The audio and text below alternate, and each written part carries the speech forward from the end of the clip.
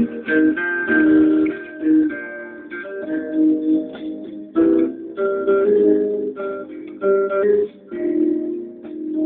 bu senin? Sen falan.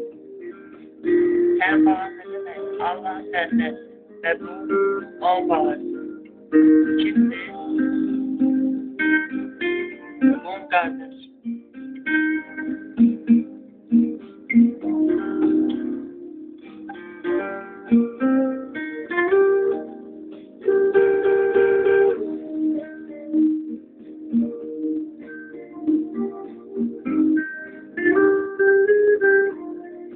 Məsum kimdir?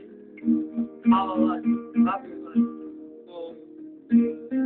Bu tabii kimdir? Müslüman olmalı inşallah. Müslüman yaranır da. Müslüman olarak da öyle. Ki herkes Müslüman olarak yaranır. Müslüman olarak da ölmeye zevk verir. İnşallah ben de iflas edemeyim.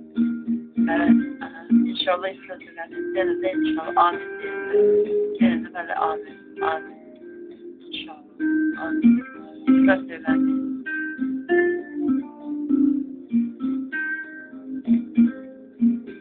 Allah bütün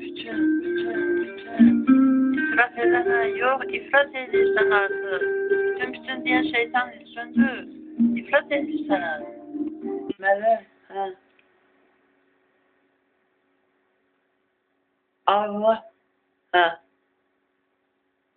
Allah'ın salamı, xeyri, rəhməti və bərəkəti cümləmizin və cümləmizin üzerine olsun. Amin.